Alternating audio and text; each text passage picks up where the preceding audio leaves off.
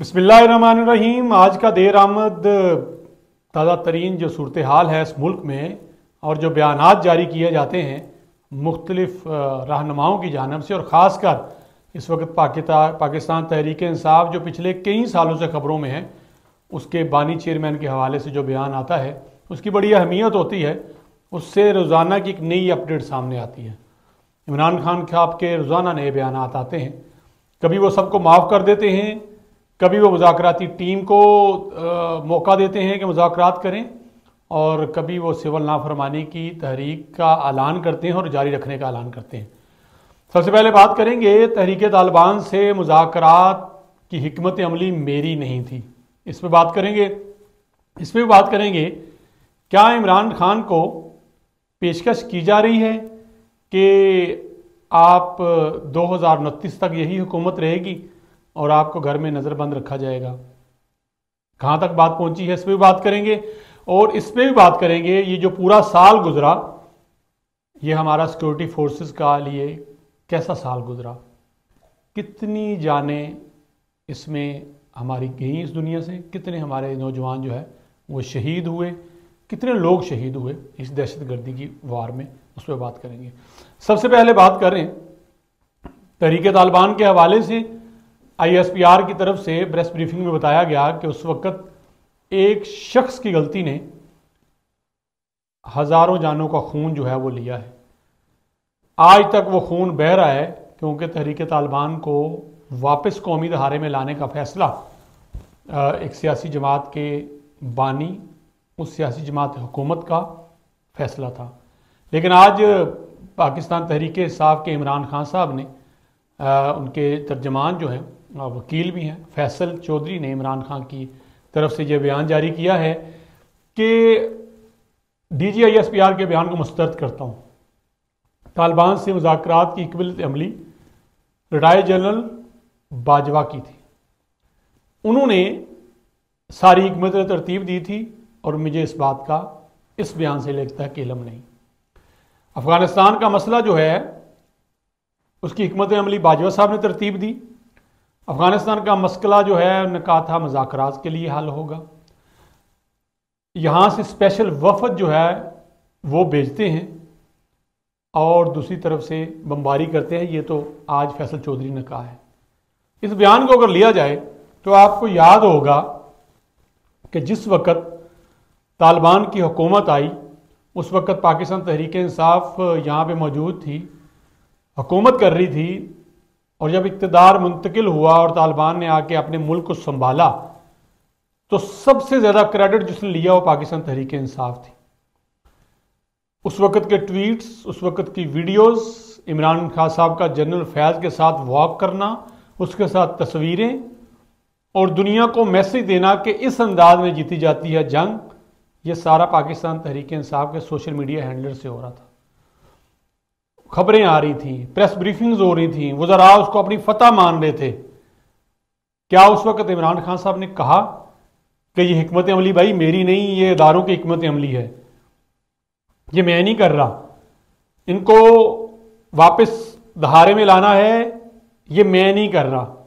इस मुल्क का अलमिया ये रहा है कि जब ये इक़्तिदार में लोग होते हैं उस वक्त ये बात नहीं करते, जब ये सीटों के साथ चिमड़े हुए होते हैं, छोड़ते नहीं हैं, जब इनको पता होता है उस वक्त इनको ये लगता है कि जब तक ये जिंदा हैं, मैं इमरान खान साहब की बात नहीं कर रहा, इसमें तमाम ही शामिल हैं, जब तक हम जिंदा हैं तब तक हम हुक्मरान ही रहेंगे, हमने इन सीटों से नहीं हटना। लेकिन जो ही ये अपनी सीट्स को छोड़ते हैं, इक़्तिदार से हटते हैं, तो फिर इनको उस इक़्तिदार के दौरान होने वाली खराबियां अपनी नहीं लगती। जो उस दौरान अचीवमेंट्स हासिल करते हैं वो इनकी अपनी होती हैं, जिसमें इनको वोट मिले, सपोर्ट मिले, लोग इनको एक्नॉलेज करें। लेकिन जो इनसे गलतियां होती हैं वो नहीं मानते। अब भी यही हो रहा है। उस वक्त तालिबान को वापस लेने के हवाले से, उनको बसाने के हवाले से, छोड़ने के हवाले से अगर हिकमत अमली बाजवा साहब की थी तो खान साहब आप भी तो वज़ीर आज़म थे, आपकी भी तो हुकूमत थी। आप उस वक्त कहते कि मैं इस बात को नहीं मानता, मैं ये नहीं होने दूंगा। उस वक्त तो आपका तो बाकायदा नाम ही तालिबान खान से हो गया था।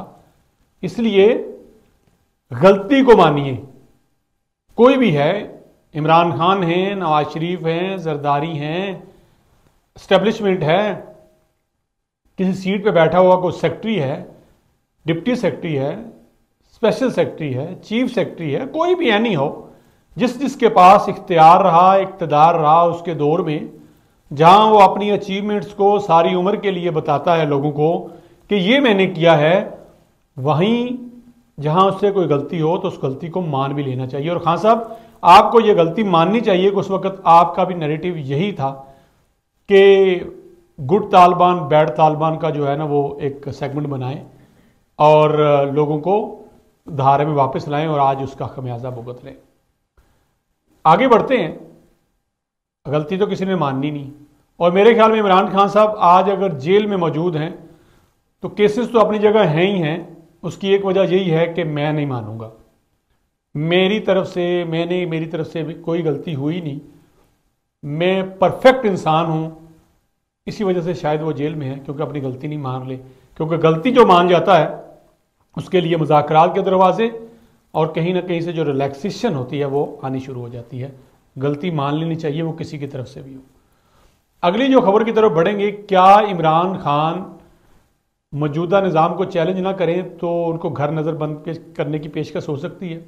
ये बात पिछले कई दिनों से हो रही है, लेकिन चूंकि खुल के सामने नहीं आ रही, आ जाएगी, क्योंकि पाकिस्तान में जब भी कोई मामला सीधा होना होता है या उल्टा होना होता है, उससे पहले खबरें लीक होना शुरू हो जाती हैं। अचानक से बम नहीं फोड़ा जाता, माहौल बनाया जाता है, टेस्टर लगाया जाता है, देखा जाता है कि इसके क्या असरात आएंगे, लोग क्या कहेंगे।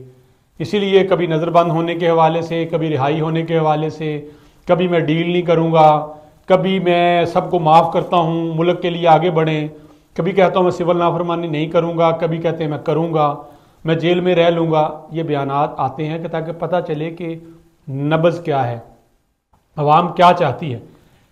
अब नई बात आ गई है सामने, इंसार अब्बासी साहब ने इसको कोट किया है और उन्होंने कहा है कि बात इस हद तक पहुँची हुई है कि मौजूदा हुकूमत जो इक़्तिदार में है ये 2029 तक चलेगी, 2029 तक। इमरान खान साहब इस हवाले से कोई एक्ट नहीं करेंगे कि हुकूमत के रोज़ाना वो जो एहतजाज धरना, इस पर बात नहीं करेंगे। कोई जो मौजूदा निज़ाम है इसको कबूल करेंगे। कोई शिद्दत शोरश से मतलब ये जो इंतशार वाली हंगामा आराई, धरना, जुलूस, ये नहीं होंगे तो बात आगे बढ़ सकती है। और जो 2 जनवरी को कमेटियों के इजलास हो रहे हैं दोनों तरफ से, उसमें ये मामला जो है वो रखा जाएगा और कहीं ना कहीं से ये बात हो रही है। और यकीनन जहां बात होनी है वो सबको पता है। तमाम रहनुमा, मैं कल भी बात कर चुका हूँ अपने ब्लॉग में, वो इमरान खान की रिहाई चाहते हैं कि इमरान खान रिहा हों, क्योंकि इमरान खान अंदर हैं और पार्टी बाहर है।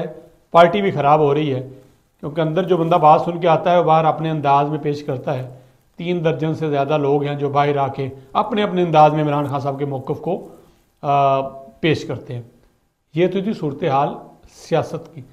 अब हम बात करेंगे प्रोग्राम के आखिरी हिस्से में कि पाकिस्तान की फोर्सेस ने पिछले कई सालों कहने लगा था, पिछले कई सालों से, 1 साल से क्या क्या सेक्रीफाइसेस किए हैं। पूरे 1 साल में हमारी सूरत हाल क्या रही है कि हमने कितनी जानें जो हैं वो इस दहशतगर्दी की जंग में जो हमारी हैं वो शहीद हुई हैं। अगर बात की जाए, सिक्योरिटी फोर्सेस ने 444 दहशतगर्दों के हमलों के दौरान 685 एहलकार जो है वो शहीद हुए। इसमें 1612 जो लोग हैं वो भी इस हवाले से, 934 दहशतगर्दों को हलाक किया गया। मुहलक तरीन साहब कहा जा रहा है इसके हवाले से, जो रिपोर्ट मेरे सामने है मैं उस हवाले से बात कर रहा हूँ। 9 साल की बुलंद तरीन रिकॉर्ड थी। 2023 के मुकाबले में 66% जो है ये ज़्यादा रही हैं। तकरीबन अगर डेली के बुनियाद पे एक बात की जाए तमाम जानों को, तो 7 जानें जो हैं वो इस दुनिया से गई। और नवंबर साल के दीगर तमाम महीनों से भारी रहा, मुहलक तरीन महीना था। और ये वाक़यात जो हैं 1616 जो है KPK में और बलूचिस्तान में अगर उसकी बात की जाए तो 782 अमवात जो हैं वो बलूचिस्तान में रिकॉर्ड की गई हैं। थिंक टैंक की रिपोर्ट जो है उसमें कहा जा रहा है कि मुल्क में तशद्दुद से मुंसलिक जो अमवात हैं वो 2546 है। मतलब पूरा साल जो है वो बड़ा क्रिटिकल रहा है। अब ये रिपोर्ट में इसलिए सुना रहा हूँ जाते जाते, ये उन लोगों के लिए है जो कहीं दूर मुल्क में बैठे हुए या अपने किसी ड्राइंग रूम में बैठे हुए पाक अफवाज के बारे में, अपनी सिक्योरिटी फोर्सेस के बारे में, आपकी जो हिफाजत कर रहे हैं उनके बारे में ट्वीट्स करते हैं, उनके बारे में बोलते हैं, उनके बारे में बात करते हैं और हकायक को छुपा जाते हैं। ये वो लोग हैं जिन्होंने पाकिस्तान को दहशतगर्दी से बचाने के लिए, लोगों को अमन में रखने के लिए अपनी जानों का नजराना पेश किया। इसमें मासूम लोग भी शहीद हुए हैं। अब ये वही लोग मार रहे हैं जिनका मैं अपने ब्लॉग में पहले जिक्र कर चुका हूँ कि जिनको हमने कहा कि ये भाई बन के हमारे साथ रहेंगे। खुदारा अपनी अफवाज के बारे में, अपने जवानों के बारे में बात लिखते हुए, बोलते हुए सोच समझ के लिखा करें, क्योंकि शहीद की जो मौत है वो कौम की हयात है। और शहीद की लाश जिस घर में जाती है बड़े फ़ख्र के साथ उसको दफन किया जाता है पाकिस्तान के झंडे में लपेट के, और फिर एक तस्वीर और जो उसका ऑनर है वो उस दीवार पे सजाया जाता है, घर के कॉर्नर में एक मुतबरक चीज़ के तौर पे रखा जाता है। और सारी उम्र वो फैमिली, उसके बच्चे, वालिदैन, उसकी बेवा उस प्राउड के साथ जीते हैं कि हमारे घर में शहीद जो है, हमारे घर से शहीद हुआ है, उसने इस मुल्क के लिए कुर्बानी दी है। और हमारा मानना है कि शहीद ज़िंदा हैं, तो वो उसको महसूस करते हैं कि ये ज़िंदा और जावेद हमारे कहीं आगे पीछे मौजूद है हमारी हिफाजत करने के लिए। और जब आप बिला वजह, बिला जाने पाक अफवाज या सिक्योरिटी फोर्सेस पे बात करते हैं तो आप उन रूहों को भी तकलीफ़ देते हैं और जो उनके पीछे भरोसा है उनको भी तकलीफ़ देते हैं। नया साल मुबारक। उम्मीद है कि नए साल में हम इन चैलेंजेस से भरपूर तरीके से निपटेंगे भी और इंशाल्लाह पाकिस्तान आगे बढ़ेगा। जब आपकी ज़ुबान आपका साथ ना दे रही हो और आप जज्बात की रो में आगे बह जाएं, कुछ ज़्यादा ही आगे चले जाएं, तो फिर उसका खमियाजा भुगतना पड़ता है। ये हुआ है साबका वज़ीर आला गिलगित बल्तिस्तान के साथ, जिनको 34 साल की कैद सुनाई गई है। और सज़ा क्यों सुनाई गई है ये आप सब जानते हैं कि वज़ीर आला गिलगित बल्तिस्तान पाकिस्तान तहरीक इंसाफ के वज़ीर आला थे।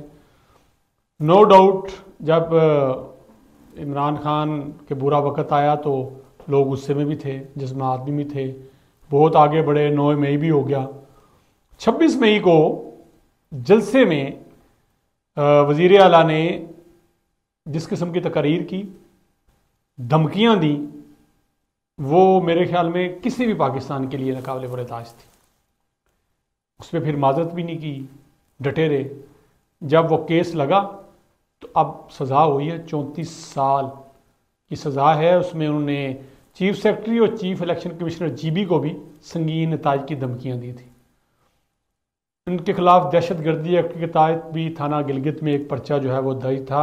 याद रहे ये वही वज़ीर आला हैं जो जाली डिग्री पे फारग हुए थे कि इनकी डिग्री जाली है, और ये किसी ने पकड़ के जाली डिग्री नहीं की थी, इन्होंने खुद जमा की थी। तो इसलिए तनकीद ज़रूर करें, मुस्तर अंदाज में करें और फैक्ट्स के साथ करें, ना सिर्फ अदारों पे बल्कि किसी इंसान पे भी जब आप तनकीद कर रहे हों तो कंट्रोल करके मुस्बत तामीरी तनकीद और फैक्ट्स के साथ। ये नहीं कि आपको गुस्सा आया और आप चढ़ दौड़े। आज के इतना ही, इजाज़त दीजिए। अल्लाह हाफिज़।